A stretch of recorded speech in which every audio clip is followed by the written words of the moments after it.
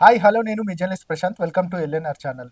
ఢిల్లీలో కేజ్రీవాల్ ఓడిపోవడానికి ప్రధాన కారణం కాంగ్రెసా?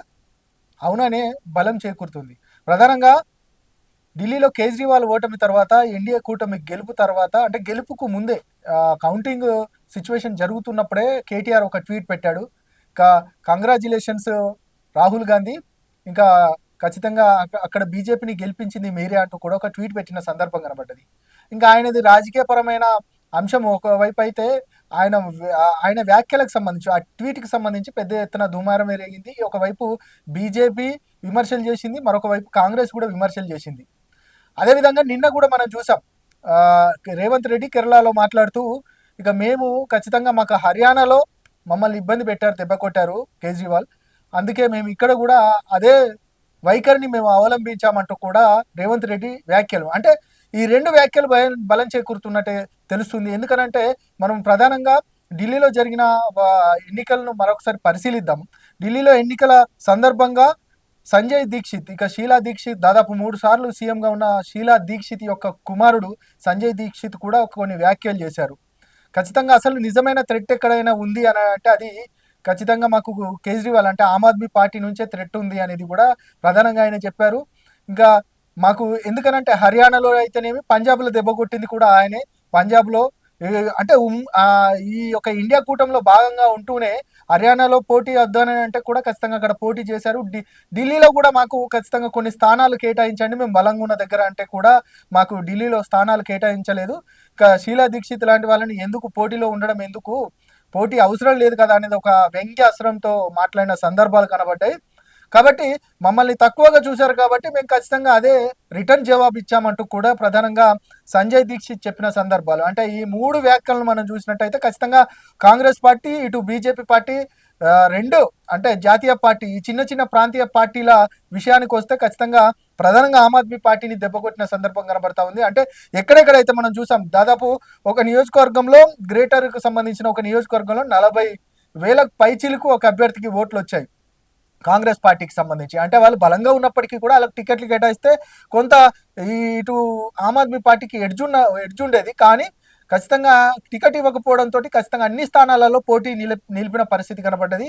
ఆ పోటీ నిలబెట్టిన దగ్గర దాదాపు 10 నుంచి 20,000 ఓట్లు ఎక్కడెక్కడైతే నియోజకవర్గాలలో పోటీ ఇచ్చి ఓట్లు పొందారో కాంగ్రెస్ పార్టీ, అక్కడ ఆమ్ ఆద్మీ పార్టీ ఆ 20,000 ఓట్లు, 10,000 ఓట్లు, మినిమం 1000 నుండి 10,000 ఓట్లు ఎక్కడెక్కడైతే స్వల్ప మెజార్టీ తగ్గిందో అక్కడ కాంగ్రెస్ ఆ ఓట్లను సాధించింది, దెబ్బ కొట్టింది ఆమ్ ఆద్మీ పార్టీకి సంబంధించి.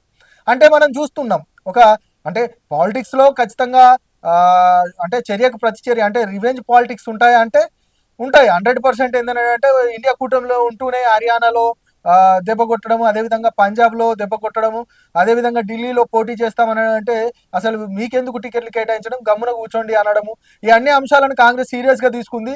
ఖచ్చితంగా అన్ని చోట్లలో పోటీ నిలబెట్టిన సందర్భం కనబడేది. ఖచ్చితంగా అందుకే ఆమ్ ఆద్మీ పార్టీకి ఓటమికి ప్రధాన కారణం ఇక ఇదనే చెప్పొచ్చు. కాంగ్రెస్ పార్టీ ఖచ్చితంగా ఆ రివెంజ్ పాలిటిక్స్ ద్వారానే ఆమ్ ఆద్మీ పార్టీ ఓడిపోయింది అనే వాదనలకు మాత్రం బలం చేకూరుతున్న సందర్భం కనబడుతుంది.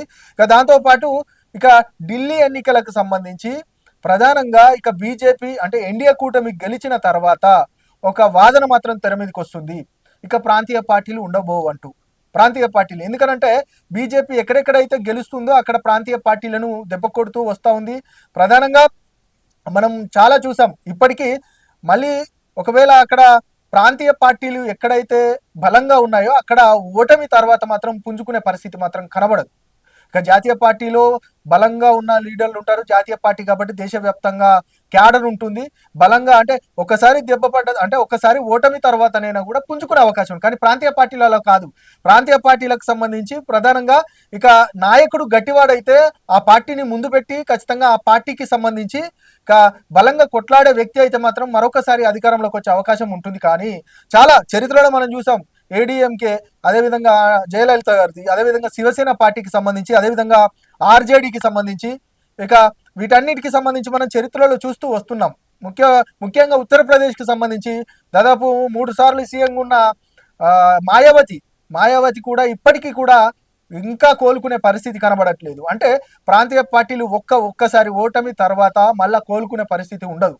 కాబట్టి ఈ రెండు జాతీయ పార్టీలు ప్రాంతీయ పార్టీలు లేకుండా చేస్తున్నాయా అనే అనుమానాలు కూడా తావిస్తున్న పరిస్థితి కనబడతా ఉంది. ప్రధానంగా ఇక దేశంలో ప్రాంతీయ పార్టీలకు ఒక పెద్ద చావు దెబ్బగా చెప్పొచ్చు. ఎందుకంటే ఇటు నెక్స్ట్ టార్గెట్ కూడా బెంగాల్ అంటున్నారు. నెక్స్ట్ టార్గెట్ లో కూడా అక్కడ బెహెన్జీ సారీ ఇటు మమతా బెనర్జీ ఉంది. మమతా బెనర్జీని కూడా ఓడగొడితే ఇంకా ప్రాంతీయ పార్టీలు ఇక ఉండవు అనేది మాత్రం ప్రధానంగా ఇటు రెండు జాతీయ పార్టీలు చెప్తున్న సందర్భం. నిజంగా అక్కడ కూడా కాంగ్రెస్ పోటీ చేస్తే మాత్రం ఇక అక్కడ మళ్ళా బీజేపీ గెలిచే ఛాన్స్ ఉంటుంది అనేది మాత్రం విశ్లేషకులు చెప్తా ఉన్నారు. మొత్తానికైతే చూద్దాం. ప్రాంతీయ పార్టీలకు మాత్రం ఇటు ఢిల్లీ ఎన్నికలు మాత్రం పెద్ద దెబ్బగా చెప్పొచ్చు. ఇటు తెలంగాణలో ప్రాంతీయ పార్టీ బలంగా ఉన్న ప్రాంతీయ పార్టీ దెబ్బపడ్డది.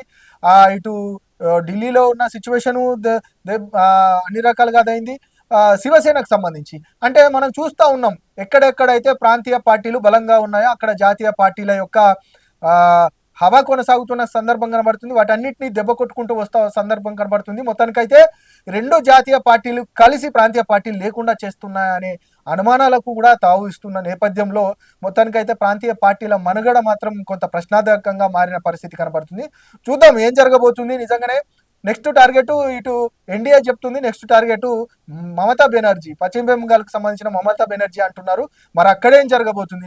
నిజంగా దేశవ్యాప్తంగా రెండు జాతీయ పార్టీలే ఉండబోతున్నాయా? మిగతా ప్రాంతీయ పార్టీల పరిస్థితి ఏ విధంగా ఉండబోతుంది అనేది మాత్రం కాలమే నిర్ణయించాల్సిన పరిస్థితి కనపడుతుంది.